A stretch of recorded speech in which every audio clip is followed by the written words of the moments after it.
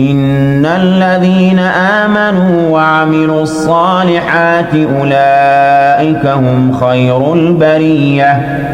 بسم الله الرحمن الرحيم.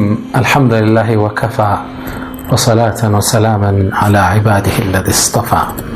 ودي ኢትዮጵያውያን የአላህ ሰላም ረድኤት እዝነት ሁላችን ላይ ይስፈን።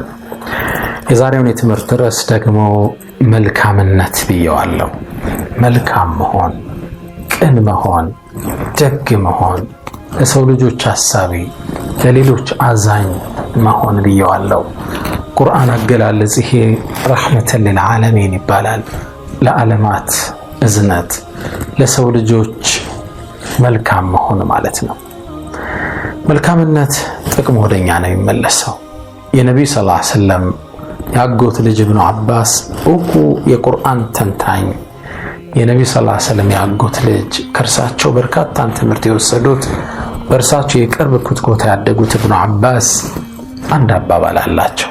አንዴ ሲያልፉ መንገድ ላይ አንድ ኸዋሪጅ ያው ከእስልምና አስተምሮት ወጣ ያለ አንድ ግለሰብ ሙስሊም ነኝ የሚል ግለሰብ ሰደባቸው። ሲሰድባቸው እሳቸው ማንነታቸውን ሊነግሩት አተሽቱሙኒ ትሰድበኛለህ እንዴ? ወፊየ ሰላሰቱ ኸሳል ሶስት ኳሊቲ ነገሮች እያሉኝ ሶስት ስብዕናዎች እያሉኝ ትሰድበኛለህ እንዴ አሉት። ያው እንግዲህ ቀደምት ትውልድ በአፈንጋጭ ግሩፕ ተተችተው አልፈዋል። ይሄ ሱነቱል ሐያት ነው፣ የህይወት ፈለግ ነው። እንዲህ ሁሌ የሚያወግዝ የሚሰድብ ሚተቻ አይጠፋም። አላኩል ሐል ኢብኑ አባስ ሶስት ኳሊቲ ነገሮች አሉኝ አሉ። አንደኛው አሉ የአላህን ቁርአን ሳነብ መልካም ነገር አላገኝም፣ የሰው ልጆች በአጠቃላይ እንዲያውቁት የተመኘው ቢሆን እንጂ ይላል። ይሄው መልካም ነገር አወቀ ግን ሁሉም እንዲያውቀው ትመኛለህ። ይህን ነው መልካምነት፣ ደግነት የምንለው። ሁለተኛ የዳኛን ስም አልሰማም ይላሉ። ፍትሃዊ ስለሆነ ዳኛ አልሰማም። በሰዎች መሃል መልካምን ነገር የሚፈርድ ለእርሱ ዱዓ ያረኩለት ብሆን ብደሰትበት እንጂ ይላሉ። እኔ ከእርሱ ዘንድ እማስዳኘው ምንም አጀንዳ ባይኖረኝም ግን ፍትሃዊ በመሆኑ ለእርሶቹ በፍትህ በመዳኘቱ ደስተኛውኝ ዱዓ ያረኩለት ቢሆን እንጂ ይላሉ። ተመልከት፣ ለሰዎች ፍትህ ሲሰራ ወደዱት። እሱ ነው ቋንቋ መልካምነት ምንለው እሱ ነው። ሶስተኛ ምንም ዝናብ ወርዶ መሬትን አጠጣ ሲባል አልሰማም፣ እኔም በዚህ ፓርት በጣም ደስተኛ ሆንኩ ቢሆን እንጂ ይላሉ። እዛ አካባቢ ምናልባት እኔ አንዲት ካሬም እንኳን እርሻ የለችኝም፣ ግን በቃ የሰው ልጅ ዝናብን አገኘ ጠጣ። መልካምነት የምንለው ይሄን ነው። ለሰው ቅን ማሰብ፣ የሰው ልጅ ፍትህን ሲያገኝ፣ የሰው ልጅ በልቶ ጠግቦ ስታየው መደሰት፣ ለሰው ልጆች መልካም ነገር መመኘት እንለዋለን። ወዳጆቼ መልካምነት፣ ደግነት ጥቅሙ ለራስ ነው። ሰዎችን ማገልገል፣ ሰዎችን መርዳት ጥቅሙ የሚመለሰው ወደኛው ነው። ኢን አሕሰንቱም ሊአንፉሲኩም መልካም ብትሰሩ የሚጠቅመው ራሳችሁን ነው ይለናል ቁርአን ላይ አላህ ሱብሓነሁ ወተዓላ። አንድን ታሪክ ልንገራችሁ፣ በቅርቡ የተከሰተ ነው። ሁለት ሰዎች በረራ ሲያደርጉ አውሮፕላናቸው አንድ በረዷማ አካባቢ ላይ ትወድቃለች። ሁለቱ ግለሰቦች እንደምንም ተረፉ። አንደኛው ተጎድቶ ነበር። ያንን የበረዶ መንገድ አቋርጦ ወደ ከተማ ማድረስ የሚችልበት አቅም የለውም። መጨረሻ ምን አለው ለጓደኛው፣ እኔን ጥለኸኝ ሂድ፣ መዳን አልችልም፣ አንተ ራስህን አድን አለው። ሲለው ግለሰቡ በጭራሽ አለ፣ በረሃ ላይ ጥዬማ አትሞትም፣ እንደምንም ማዝዬ ተሸክሜ ከተማ ደርሳለሁ አለ። ደግነትን ተመልከቱት፣ መልካምነትን ተመልከቱት። ከዛ እንደምንም ጓደኛውን ተሸከመው። እሱን ተሸክሞ ያንን መንገድ ማቆራረጥ ጀመረ። በጣም ከባድ በረዶ ነው፣ ሰው ሚድንበት አይደለም። ሲደክመው እሱን ሲያወርደው፣ አልመቸው ሲል ሲያሽከረክረው፣ እንደምንም ተሸክሞት ያንን የበረዶ መንገድ አቋርጠው ከባዱን ቦታ አቋርጠው ሆስፒታል ደረሱ። ሁለቱም ሕክምና ወሰዱ፣ ዳኑ። ዶክተሮች ተገረሙ። በዚህ መንገድ ላይ ወድቆ በዚህ የበረዶ ደረጃ በዚህ ሴንቲግሬድ ላይ ባለ በረዶ ትንሽ ደቂቃ የቆየ ሰው ይሞታል፣ እንዴት ልድኑ ቻላችኋል? እኔ ተሸክም ያመጣውታል። ሚስጥሩም ያለው እዚህ ውስጥ ነው። ዶክተሮች ምን አሉ? እሱን ጥለኸው ብቻህን መጣ ቢሆን ኖሮ አንተ ማድን ማለት ነው። ምክንያቱም በረዶን መቋቋማችን እሱን ስትሸከም ከሱ ጋር ስትላፋ አንተ ሙቀት አገኘ ማቋረጥ ቻለ።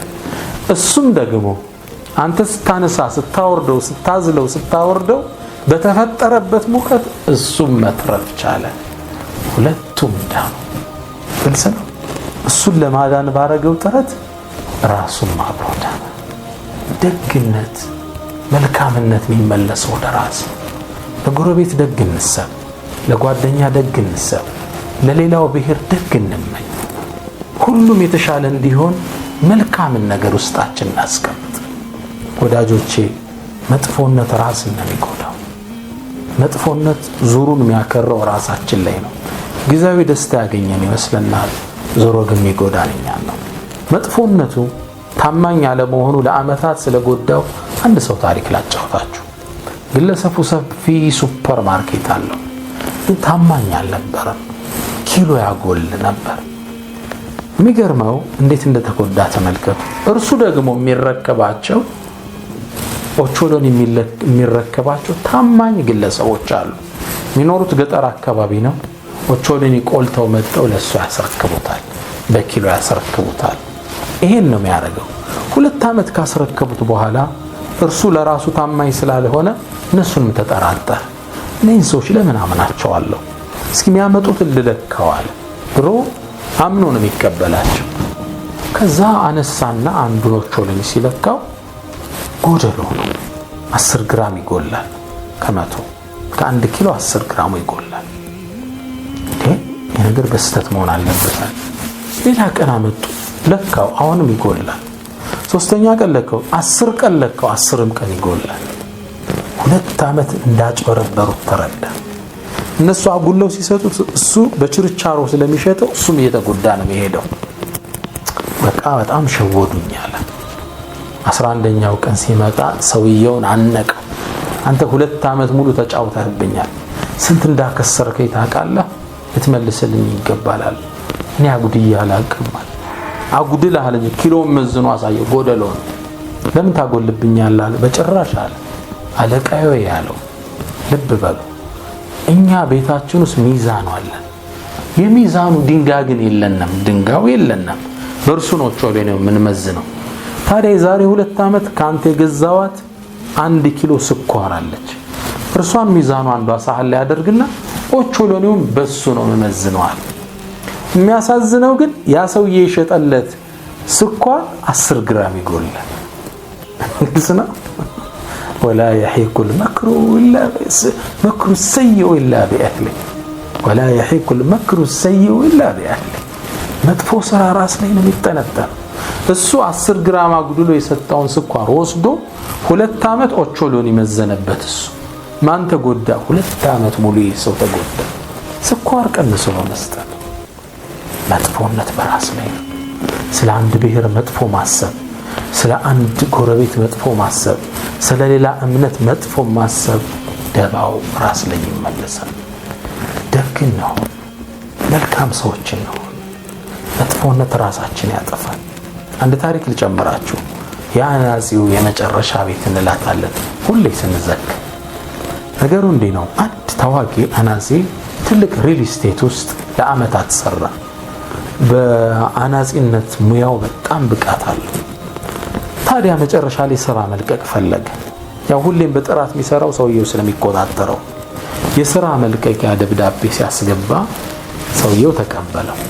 ኃላፊው ግን አለው የመጨረሻ ቤት ውለታ ዋልልኝ ስራልኛል። ሰውየውም ያው የመጨረሻ ስራዬ ነው፣ በደንብ ባልሰራውም ከደሞዝ የሚቀንስብኝ ነገር የለም ብሎ ስራውን ተረከበና ለነገሩ ሰራለት። እንደ ነገሩ በማይረባ ጣውላ በማይረባ ማስተሽ ምስማሩን በደንብ ሳይመታ የወደቀ ቤት ሰርቶ ለሰውየው ቁልፉን ወስዶ አስረከበ። አይደለም ቤት ኪችን መሆን የማይችል ቤት።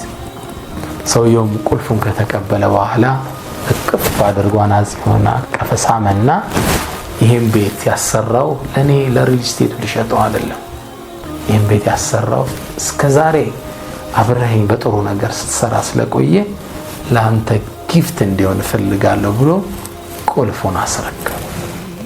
መጥፎ አድርጎ ሰራው፣ መጥፎ ቤት ተረከበ።